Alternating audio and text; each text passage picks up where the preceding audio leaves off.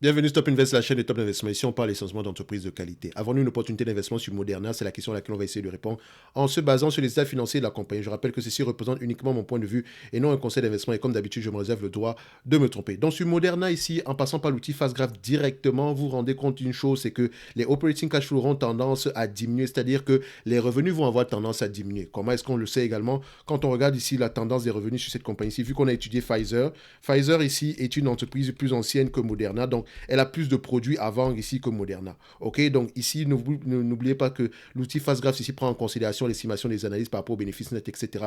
Donc ici, quand on prend en considération le revenu, ici, on voit que les revenus sont en berne par rapport à ce qu'on avait précédemment. D'accord, ça c'est jusqu'au mois de septembre. Ici, elle publie ses résultats financiers le 23 du mois de... Oh, elle va publier ses résultats, je pense, aujourd'hui ou demain. Dans tous les cas de figure, ici, ça nous permet de faire l'évaluation ici rapidement.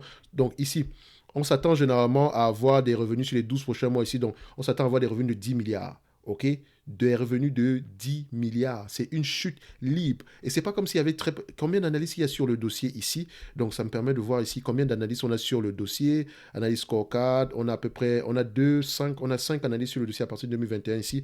Donc, sur 2 ans ici, on a 2 analyses sur le dossier. On n'a pas beaucoup d'analyses sur le dossier ici. Donc, faites attention, c'est toujours également à prendre avec des pincettes. Mais ce que je vois ici, ça me permet ce que je vois ici, ça présente une seule chose. Ça veut dire ici que les analystes sont de plus en plus pessimistes pour ce genre de compagnie ici. Donc, être depuis pourquoi est-ce qu'ils sont pessimistes? Est-ce que c'est parce qu'on aura besoin de moins en moins de vaccins Covid? Point d'interrogation, d'accord? Donc il faudrait aller regarder ça en profondeur, ok? Il faudrait aller regarder ça en profondeur. Donc ici, par exemple, en N plus en 2023, en N plus 3 ici, donc sur les 3 prochaines années ici, on s'attend à des revenus de combien? On s'attend à des revenus de 6 milliards. Donc ça dit que ça sera encore plus bas que ça. Donc on s'attend à des revenus de moins en moins élevés, ce qui veut dire que l'entreprise n'a pas un produit de remplacement. Comment est-ce qu'on peut donc estimer, évaluer une compagnie pareille en date d'aujourd'hui? Première chose, vous pouvez l'évaluer par rapport à ses actifs tangibles par action. D'accord? Donc je vois ici que c'est une entreprise qui a assez de cash. Donc je prends ici le tangible book value per share. D'accord? Voilà, on aura à peu près 46,49 $. 46,49 $ si et seulement si on arrive au moins à s'autofinancer et qu'on n'a pas recours à de la dette supplémentaire, à de la dette supplémentaire ou bien à l'émission de nouvelles actions. Première chose. Donc, si je mets ici, je prends ici le tangible book value sera égal ici en date d'aujourd'hui à 46,50 $. Et je dirais ici qu'il est assez fragile parce que cette entreprise n'a pas d'historique. D'accord? Elle n'a pas d'historique ici de rentabilité assez élevée. OK? Donc, c'est-à-dire qu'ici, voilà, c'est une entreprise qui s'est trouvée, qui a eu le bon produit au bon moment. Elle a gagné beaucoup d'argent. Maintenant, c'est quelqu'un qui va, c'est une entreprise qui va faire beaucoup d'acquisitions ici pour pouvoir survivre dans le futur. OK? Donc, ou bien également créer sortir un nouveau blockbuster, etc. OK? Donc, ici, euh, en termes d'évaluation, si on prend en considération l'estimation des analystes ici d'ici 2025, vu qu'il n'y a pas de dette nette ici, donc ici vous vous rendez compte que si je prends les free cash flow, je vous dis toujours que je compare les free cash flow, je prends celui qui est plus élevé entre les free cash flow et net income. On a 2 dollars, on a ici 2,48 $ en 2025 et là on a combien?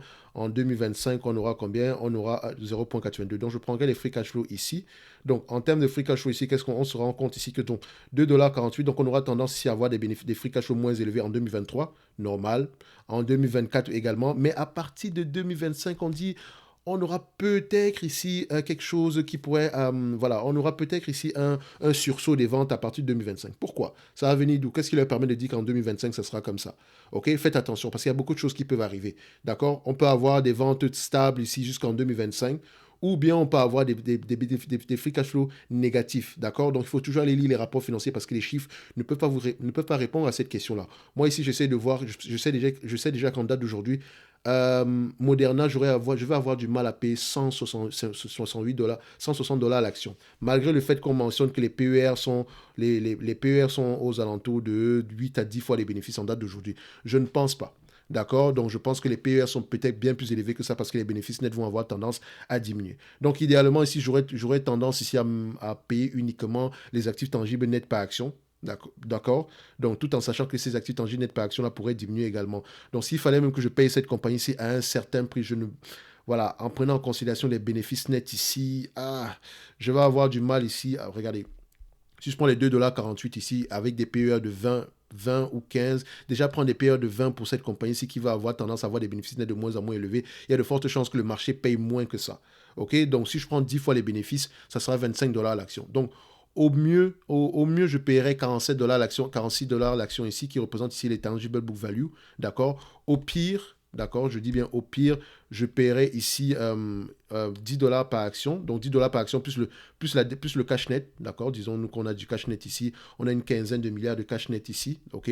Donc si je prends la quinzaine de milliards ici divisé par le nombre d'actions actuelles, donc admettons que ça ne change pas, 15 milliards divisé par combien, 412 millions ici, ça veut dire qu'on prend ici 36 dollars 40. C'est-à-dire que ici, vu que je voulais payer 10 dollars par action, 10 dollars par action ici, je suis assez optimiste, hein. Là, je suis en 2025, ce n'est pas sûr que ça arrive. D'accord. Donc, 2,48 2,48 multiplié par 10 fois les bénéfices, donc 10 fois les bénéfices, plus le cash net, d'accord, par action de 36,4, on aura une valorisation aux alentours de 61 dollars l'action. Ok. Donc, mon hypothèse optimiste, en prenant en considération le cash net, je vais avoir tendance ici à payer, à avoir aux alentours de 61 dollars l'action. Mais si vous voulez la vérité, pour moi ici, enfin, quand je dis si vous voulez la vérité, personnellement, je ne paierai pas plus que les actifs tangibles net par action ici. S'il faut vraiment, si on m'oblige à acheter du Moderna, mais réellement, je peux déjà voir que ce n'est pas une compagnie qui va m'intéresser. On n'aime pas des compagnies où il y a beaucoup d'incertitudes. Donc, on doit faire trop de guesstimations. Est-ce qu'on doit prendre les free cash flow? Est-ce qu'on doit prendre les net income? Est-ce qu'on doit prendre ci? Est-ce qu'on doit prendre ça? Franchement, c'est le genre d'entreprise. Laissez cette compagnie-là. Si vous voulez vous intéresser à une compagnie ici par rapport, voilà, dans le secteur pharmaceutique, vous avez peut-être Johnson Johnson, vous avez également la compagnie Pfizer qu'on a analysé ici précédemment. Ok. Donc, n'oubliez pas. Je peux également me tromper. Les analystes peuvent également se tromper. Donc, ça n'exclut pas que vous lisiez vos rapports financiers. Et si Moderna vous intéresse, soyez prudents par rapport au prix actuel. D'accord. Soyez prudents par rapport au prix actuel. Il y a rien, je ne pense pas qu'il y ait quelque chose d'assez intéressant ici. Ok. Donc, n'oubliez pas, pour ceux qui veulent aller plus loin, retrouvez-nous dans le service Top Premium ici ou bien la Top Newsletter. Dans le service Top Premium, on analyse vraiment de manière quantitative les entreprises ici. Je présente également 2 entreprises qui sont sous-évaluées par mois. Et en supplément de ça ici, vous pourrez recevoir également des analyses sectorielles que vous avez gratuitement dans la Top Newsletter. Je rappelle également une chose, je ne promets aucun rendement dans le service Top Premium. D'accord. Si je propose une entreprise, on débat. Point barre. Ok. Donc, on va se donner rendez-vous ici sur la prochaine vidéo. Et d'ici là, portez-vous bien. Pour moi, Moderna, c'est carrément une entreprise à rester. Il faut rester à l'écart de ce genre de compagnie ici. Et si elle vous intéresse réellement, ne payez pas plus que les actifs tangibles par action. Et sachez que ces actifs tangibles par action-là pourraient avoir tendance à diminuer également. Ok. Merci.